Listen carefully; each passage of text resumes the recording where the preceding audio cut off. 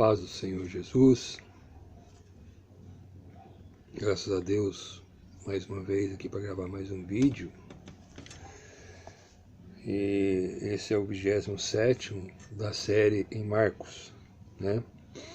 Nós colocamos aí um propósito diante de Deus, de estarmos expondo o Evangelho que escreveu Marcos. São 16 capítulos, nós estamos no capítulo de número 9, e estamos colocando os vídeos um pouco mais curtos, dentro do possível, né? Colocando aí os versos a versos, para que esse evangelho de Marcos seja exposto da forma como ele é, da forma como ele está na minha e na sua Bíblia. Logicamente que há versões, né, diversas hoje na Bíblia. Nós usamos aqui a corrigida, né? É uma tradução mais fiel, tá certo? E então nós achamos por bem usar essa Bíblia, né? Versão revista e corrigida de João Ferreira de Almeida. Mas naturalmente, se você tiver outra versão aí, às vezes muda a palavra, mas o sentido sempre será o mesmo, né?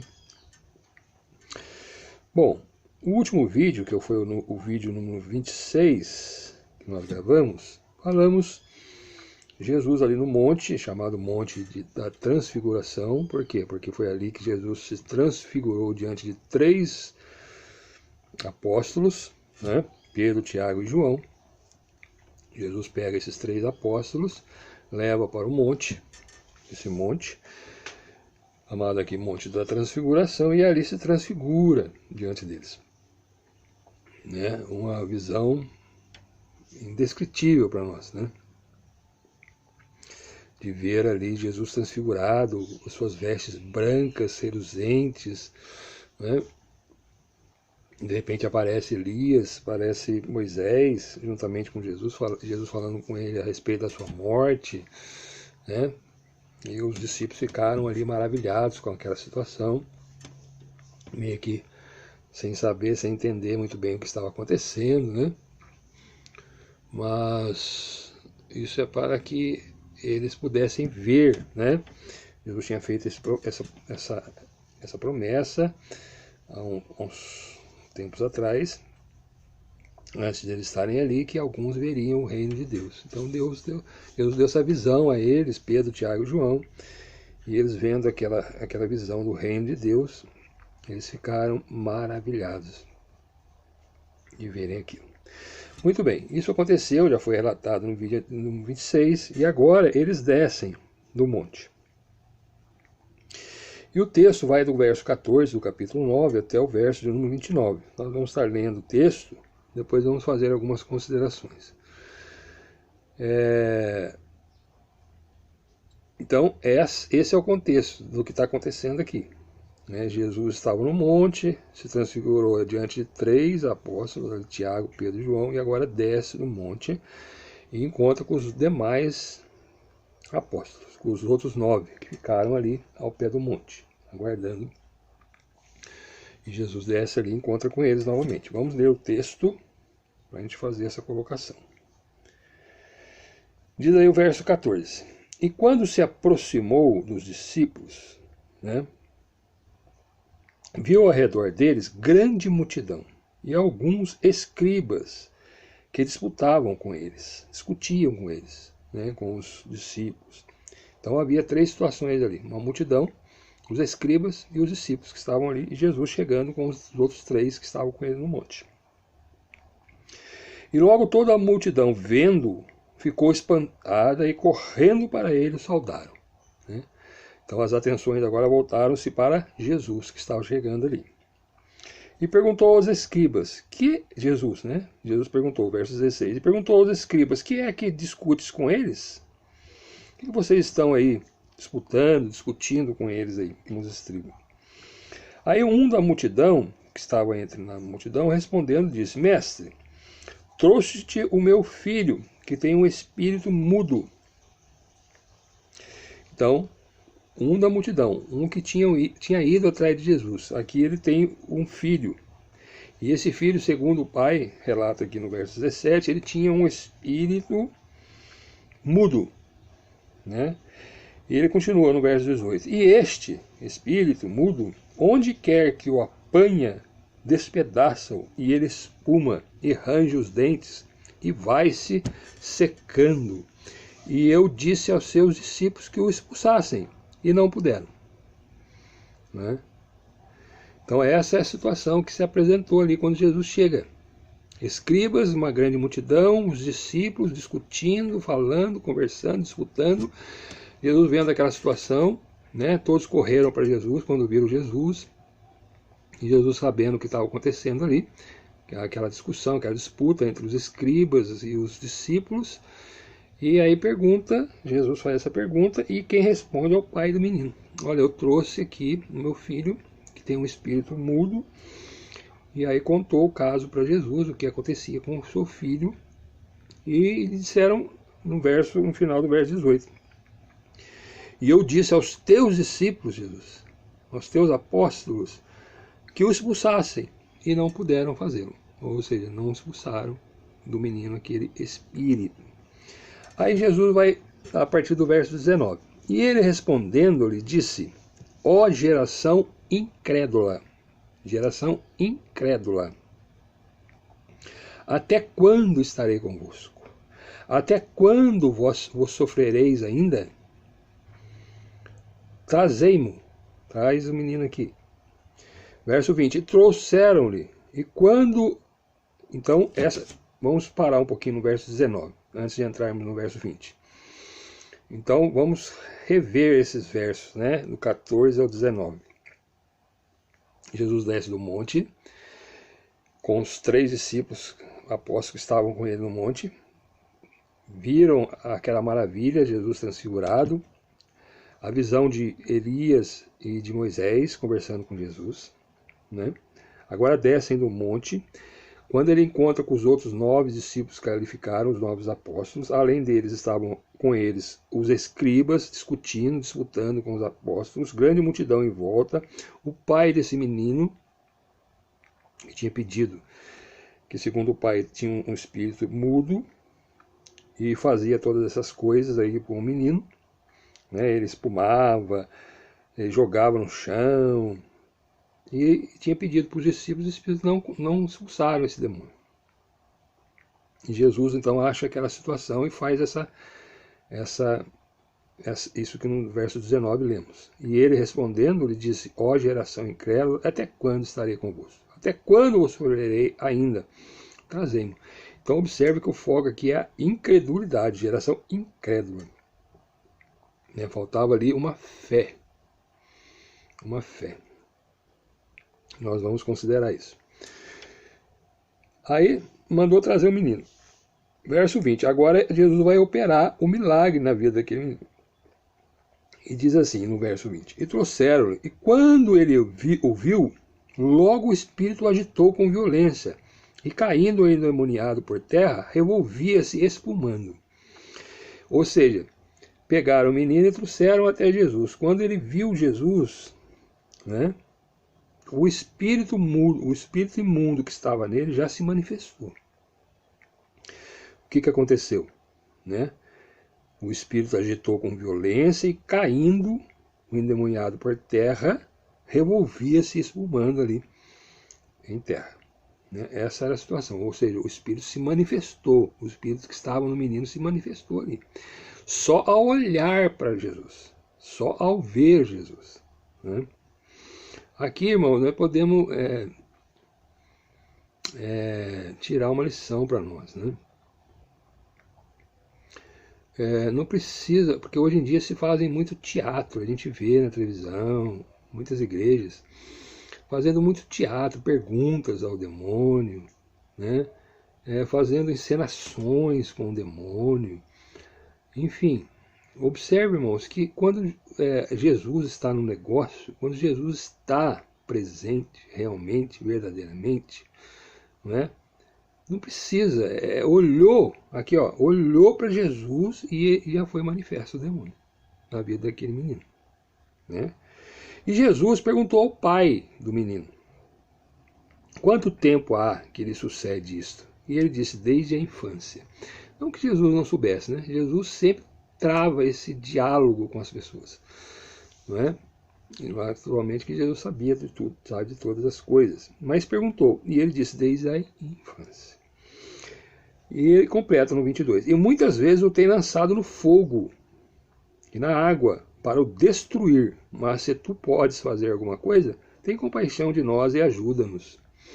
Então veja bem, a intenção do demônio era matar aquele menino. Ele manifestava na vida daquele menino, fazendo aquelas coisas, né?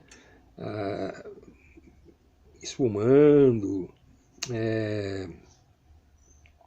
agitando com violência, derrubando o menino no chão, né? E às vezes lançando o menino ao fogo, né? Situações na água, tentando destruir o menino. Então é isso que o diabo faz em nossas vidas, né? O diabo, ele quer nos matar, não é? Talvez ele trabalha, ele age na vida de determinadas pessoas que dão a brecha, que não tem Jesus, né? E porventura ele pode entrar, né? Por hora, ele pode entrar numa pessoa e tomar a vida daquela pessoa.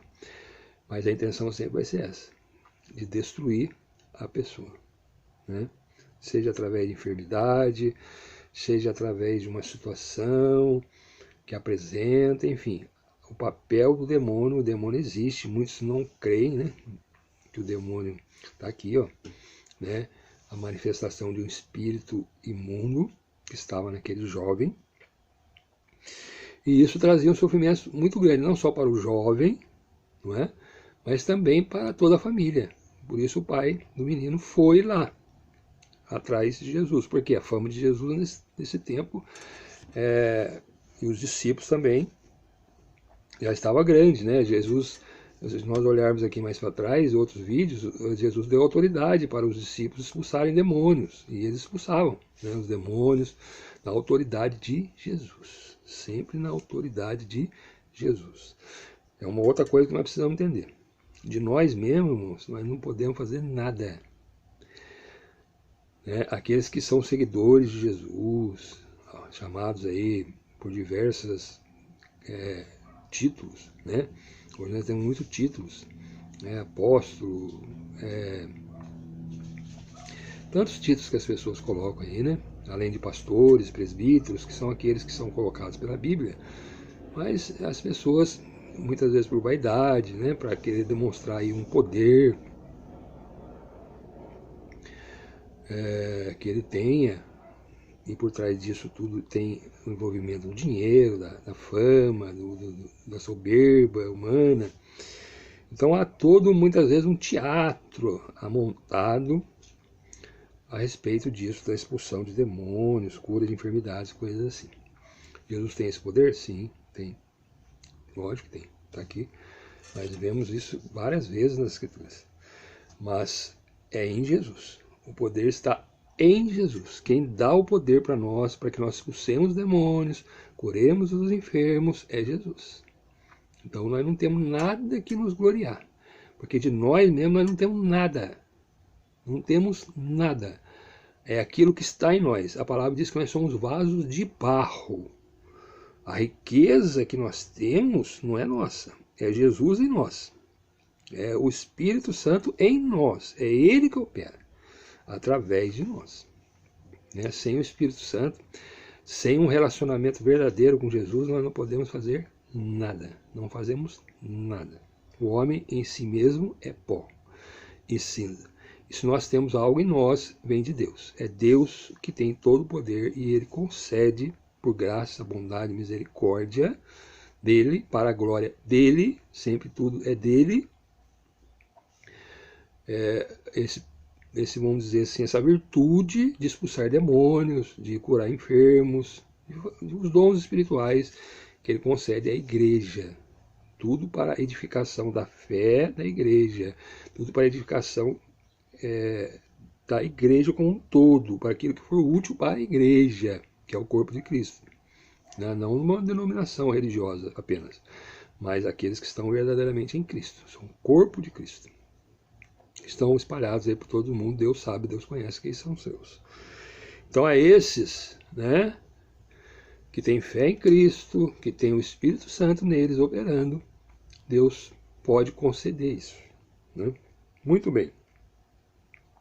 Ali manifestou esse demônio, Jesus faz essa pergunta e ele responde que é desde a infância, no verso 21.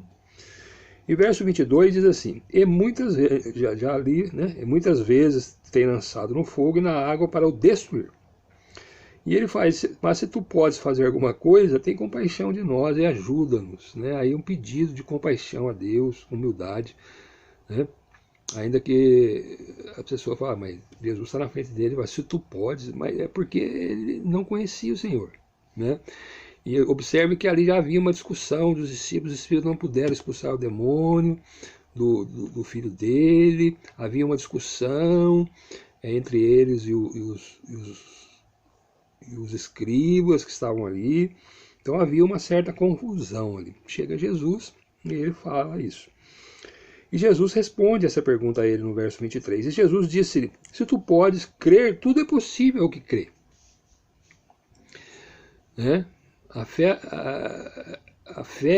irmãos, aquele que crê realmente, tudo é possível ao que crê. Agora, entendamos uma coisa. A fé, ela não é nossa.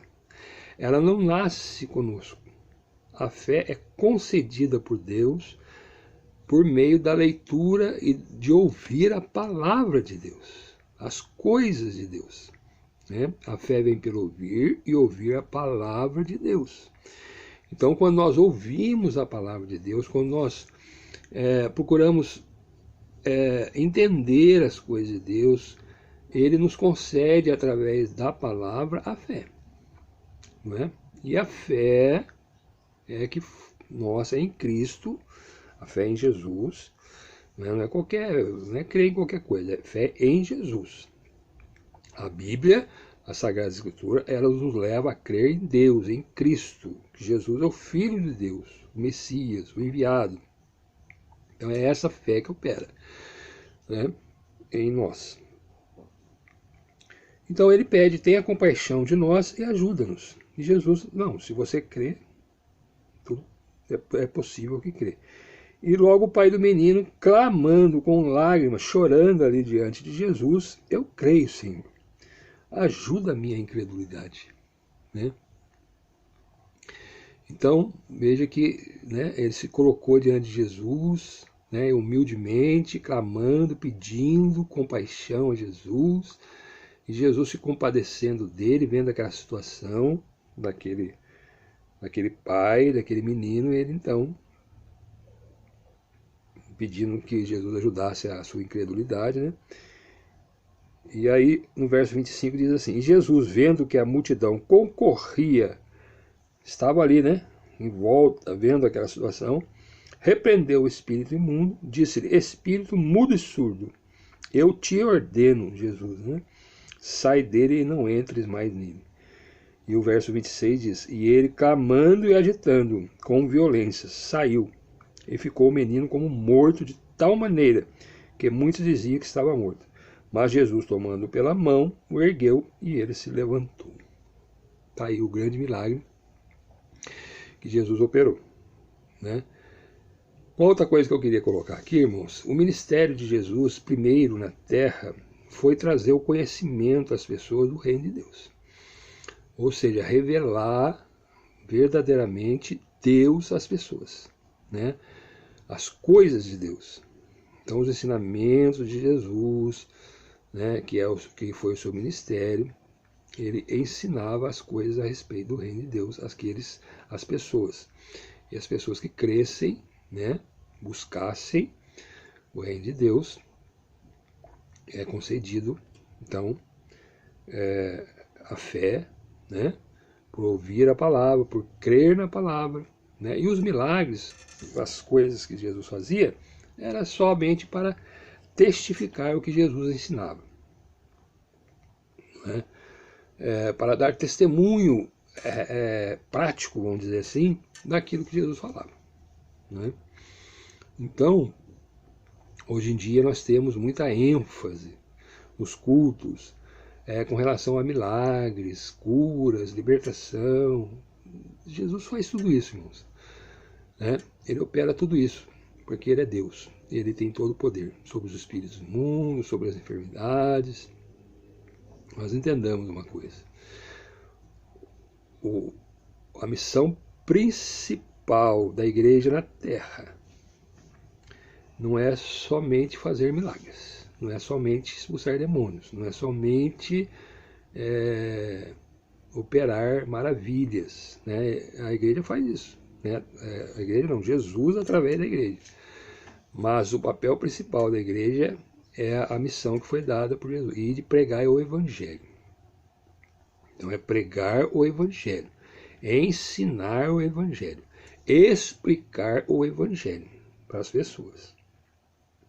E as pessoas poder ouvir o Evangelho, entender o Evangelho, crer no Evangelho e passar a praticar o Evangelho. Essa é a função da igreja principal. E Jesus, ele pode operar através da igreja para testificar os ensinamentos desta, através de sinais, maravilhas, expulsa demônios, cura enfermos. Mas não é esse o objetivo principal. Hoje em dia, infelizmente, as igrejas estão dando muito destaque a isso. A libertação. Jesus disse assim, conhecereis a verdade, e a verdade vos libertará. Né? Conhecereis a verdade. O que é a verdade? É Jesus, é a palavra, o verbo que se fez carne e habitou entre nós. Então, quando você conhece Jesus, quando você conhece a palavra, ela te liberta. Então, não é somente um ato de demonstração de poder ali no culto. Né? A gente vê muito isso, infelizmente, essa ênfase que tem sido dada a rituais de expulsar demônios das pessoas. Mas se você crer em Jesus, se você der crédito à palavra, ouvir, conhecer verdadeiramente, a palavra ela tem o poder, o Evangelho ela tem o poder. Não só para libertar você, não só para curar suas enfermidades, não só para direcionar a sua vida, mudar a sua vida. É o Evangelho. O Evangelho é o poder de Deus para a salvação de todo aquele que crê. Todo aquele que crê. Então, o principal é o Evangelho. E, infelizmente, muitas igrejas, né, elas têm deixado um pouco o ensinamento da palavra, a pregação do Evangelho, e se voltado mais para shows, muito louvor, né, luzes, né, coisas extras, bíblicas, vamos dizer assim, né, para atrair as pessoas para aquela entidade religiosa. E isso é um erro grave, porque a igreja não tem que atrair a pessoa para si. É lógico que a igreja ela prega e é com alegria que recebemos aqueles que vêm à nossa congregação, ao nosso ministério. Mas a função é levar as pessoas a Jesus. Não é a igreja que salva, não é a igreja que liberta, não é a igreja que ensina, né? Quem ensina é Deus, quem faz todas as coisas é Deus, quem liberta é Deus, quem opera é Deus, quem cura é Deus, a glória é todinha de Deus. Mas as pessoas, as igrejas, não digo todas, não estou generalizando, mas precisa prestar atenção nisso. Igrejas que dão muita ênfase a milagres, sinais, maravilhas, show, louvores, coisas desse tipo para agradar a pessoa, para atrair a pessoa até a sua entidade, ela muitas vezes negligencia o ensino da palavra, que é o mais importante. Porque é através do ensino do Evangelho que as pessoas vão até Jesus. É através do ensino do Evangelho que as pessoas são libertas.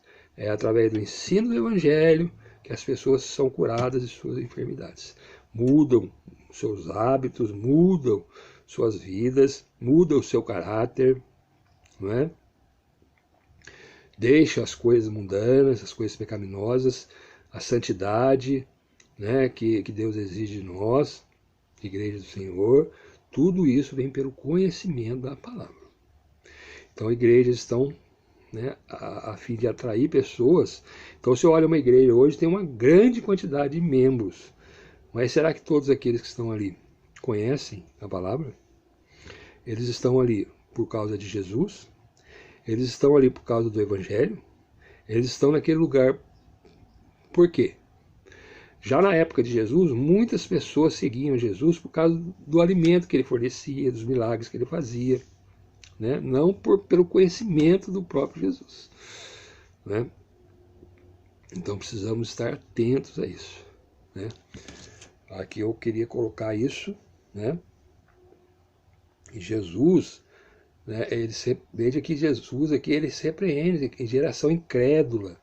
Por quê, irmãos? Porque quanto menos Bíblia na nossa vida, quanto menos leitura da Bíblia, quanto menos ouvirmos a palavra de Deus, a palavra, o Evangelho, quanto menos explicação, menos conhecimento em nossa mente do Evangelho, certo? Mais fácil do inimigo trabalhar em nossas vidas. Nos afastar de Deus, nos retirar de Deus. O que firma nós na presença de Deus, irmãos, é a palavra. É o ensinamento da palavra, é o entender a palavra, é o conhecer a Jesus. É isso que é importante na vida do crente, né? E hoje em dia, nós, infelizmente, está assim. Isso já é, se você analisar bem, já é um trabalhar maligno. Então as pessoas colocam no lugar da palavra, no lugar do ensinamento, shows, atrativos, né? Louvor, não que o louvor não seja importante, mas você vê cada louvor e cada música que exalta o homem em vez de exaltar Deus, né? Ou mesmo pregação da palavra que não exaltam a Deus, não são fiéis à palavra, mas exaltam o homem, né? Tem ênfase na cura, na libertação, na prosperidade material, no dinheiro, enfim, todas essas coisas, né? E negligenciam o verdadeiro evangelho. E muitas pessoas, por conta disto, estão dentro das igrejas, das mais diversas entidades religiosas, não igrejas, né, chamadas de igrejas, mas na verdade são entidades religiosas criadas por homens, e só atrás do que agrada a carne, na verdade, né? Não atrás daquilo que é espiritual, que é a palavra de Deus. E ficam por anos, muitas vezes, dentro das igrejas, mas não há mudança de caráter, não há mudança de vida, não há mudança, não há santidade, não há nada. Por quê? Porque eles estão atrás de Jesus, estão atrás de Jesus por causa do pão, né? Por causa dos milagres, por causa do louvor, por causa de se sentirem bem naquele local, né? Tem ar-condicionado, muitas vezes cadeira estofada, essas coisas todas. Amém? Um aviso, um alerta, precisamos estar atentos a essas coisas, tá certo? Muito bem. Aí, o que acontece? Então, Jesus faz esse grande milagre, liberta aquela pessoa. E observe, irmãos, que não houve um grande teatro de Jesus. Olha como é que Jesus expulsou aquele demônio, verso 25. E Jesus, vendo que a multidão concorria, repreendeu o espírito imundo, dizendo-lhe, Jesus disse ao espírito imundo, espírito mudo e surdo, eu te ordeno, sai dele, e não entres mais nele. E o demônio saiu. Agitou ali o menino, derrubou ele no chão e saiu. É pela palavra, é pela ordem de Jesus, é no nome de Jesus, né? E para que nós possamos fazer isso, nós precisamos exercitar a nossa fé. É o que Jesus vai trazer aqui em seguida. Ó. Aí ele saiu dali, entrou em casa, diz aí o verso 28, e quando entrou em casa, os seus discípulos lhe perguntaram à parte, por que o não podemos nós expulsar?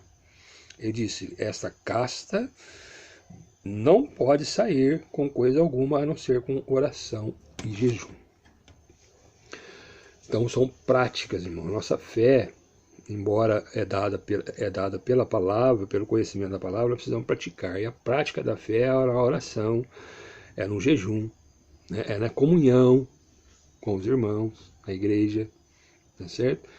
Tudo isso faz parte no ajudar o próximo, nas obras, né, que fazemos, porque as obras não salvam, mas elas testificam a nossa fé. De nada adianta nós dizermos que tem fé em Deus, fé em Jesus, mas não praticarmos a nossa fé. Não ajudarmos as pessoas, não amarmos as pessoas, o próximo, não amar a Deus acima de todas as coisas. Não existe nada, irmãos, que possa estar entre nós e Deus. É uma relação direta por meio de Cristo Jesus. Pela fé em Cristo Jesus nós nos relacionamos com Deus, né? Então observe todas essas coisas, né? E exercite a sua fé. Porque quando apareceu uma situação dessa, que apareceu diante dos discípulos ali, né, um espírito imundo que estava na vida daquela pessoa, e eles não puderam expulsar. Jesus disse e afirmou a eles que essa casta, né, esse demônio que está aí nele, tem que ter jejum e oração. Então, irmãos, quanto mais oração, quanto mais santidade, quanto mais separação do mundo para as coisas de Deus, quando aparecer uma situação assim, Deus vai te dar autoridade e você vai poder expulsar aquele demônio daquela pessoa. Na verdade não é você, é o que está em você, é Jesus. É Ele que opera, é Ele que expulsa, é na autoridade de Jesus. Observe aqui, eu te ordeno. Quem ordena é Jesus, né? Existem pessoas aí que determinam. Eu determino que você saia dele. Não, você não determina nada. Quem determina e quem ordena é Jesus. É Jesus é que opera. Eu de mim mesmo não posso fazer nada. Nada. Sem Jesus eu não posso fazer absolutamente nada. E para que Jesus verdadeiramente esteja na minha vida, é necessário oração, é necessário jejum, é necessário consagração, é necessário nós estarmos, né, nos relacionando diariamente com Jesus, com Deus. O nosso pensamento deve estar sempre ligado às coisas de Deus, né? Deixando as coisas deste mundo, deixando Deus operar e tirando as coisas mundanas, pecaminosas da nossa vida. Enquanto nós estivermos no mundo, né, nós ainda estamos sujeitos a erros, a problemas, dificuldades, aflições. Jesus disse: no mundo tereis aflições, mas tem bom ânimo, que eu venci o mundo. Quer dizer, se Jesus venceu, se nós estivermos em Cristo também venceremos, né? Mas é preciso essa comunhão, através da oração, da meditação diária na palavra de Deus, nas coisas de Deus, né? E mesmo assim, irmãos, muitas vezes falhamos, né? Muitas vezes bate em nós, em mim mesmo às vezes bate, mas será que, né, será, parece a palavra será, né? Será que realmente sou salvo?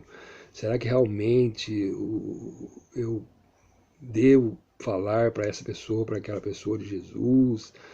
Então sempre vai ter essa dúvida em nós, né? O crente, ele não é um super crente, não tem ninguém super crente que possa fazer todas as coisas. Aqui, ó, eles andavam com Jesus, tinham autoridade de Jesus para expulsar demônios, aqui mesmo, né? Jesus mandou eles de 2 em 2, né? E deu ordem, né, para que eles expulsassem poder sobre, está aqui no verso 7 do capítulo 6, ó. E ordenou-los, chamou a si os 12 e começou a enviá-los a 2 e 2 e deu-lhes poder sobre os espíritos imundos. Lá atrás, aqui já não puderam expulsar esse demônio. Às vezes, irmãos, nós achamos que é nós, né? Deus opera através de nós. E uma outra coisa que perigosa é achar que nós fazemos. Deus opera uma primeira, uma segunda, uma terceira vez, e nós começamos a inchar, né? Começamos a achar que somos nós. Precisamos não deixar confundir, né, a fé com a soberba. A fé tem que ser uma fé dependente de Deus, uma fé humilde em Cristo Jesus. Saber que nós não podemos fazer nada, quem faz é Deus, através de nós. Pedir, clamar a Ele, né, que Ele nos encha do seu Espírito Santo, nos dê poder para isso, a virtude que vem dEle, para que nós possamos fazer a obra. Porque senão, se nós acharmos que é nós, podemos ficar envergonhados. Os discípulos ficaram envergonhados aqui, né? Foi levado a eles e eles não conseguiram expulsar aquele demônio, Tanto é que eles perguntaram, por que nós não podemos expulsar? Naturalmente Jesus falou, olha, falta oração e jejum para vocês. Falta mais consagração, mais estar mais relacionado com Jesus, para que nós verdadeiramente Ele possa operar através de nós. Então não é só ir no culto, no domingo, não é somente ir à igreja, é preciso em todo tempo estar em comunhão com Deus, porque a gente nunca sabe quando vai aparecer uma situação difícil em nossa vida, e aí se nós não estivermos preparados, nós seremos envergonhados, muitas vezes. Amém? Então aqui está mais uma lição para nós, mais uma palavra de Deus para as nossas vidas, que nós possamos ouvir, dar crédito a essa palavra. Está aí, ó, Marcos capítulo 9, do verso 14 ao 29. Eu falei que eu ia ler, depois ia fazer algumas considerações, mas eu gosto de ir lendo os versos e já colocando assim algum ensinamento que a palavra nos ensina, nos dá, nos revela. Então foi isso que eu fiz, comecei a ler do verso 14, fui até o 29. Encerramos assim esse vídeo. Espero que ele seja útil para vocês aí, porque é para isso que nós pregamos o Evangelho, para que as pessoas possam receber, entender, praticar, crer, e crendo ser salvo, ser liberto dessas coisas do mundo, e por fim receberão aí a vida eterna na volta de Jesus, que está breve, pelos sinais já apontados, colocados, apontam para a brevidade da volta de Cristo Jesus. Que você que está ouvindo aí, possa então crer nessa palavra, e como demonstração da sua fé, eu vou pedir uma coisa para vocês aí. Se vocês realmente ouviram, creram, gostaram dessa palavra, compartilha, dá um ok aí, a gente posta esse vídeo no YouTube, mas se as pessoas não receberem, não compartilharem, não derem um like, como diz, o YouTube não vai recomendar esse vídeo aí para que ele possa ser visto por outras pessoas. A intenção é essa. A intenção não é ganhar dinheiro, não é ganhar fama, através disso não. É somente expor o Evangelho, os ensinamentos de Jesus, para que pessoas que não conheçam Jesus possam, através desse vídeo, pela graça e misericórdia de Deus, dar crédito, crer e assim ser salvo, liberto para a glória de Deus. Amém? E a minha oração a você é essa, e toda a sua família, que o Senhor possa abençoar você, abençoar a sua casa, abençoar a sua família, os seus conhecidos, seus parentes, e tudo isso eu peço em nome de Jesus. Amém.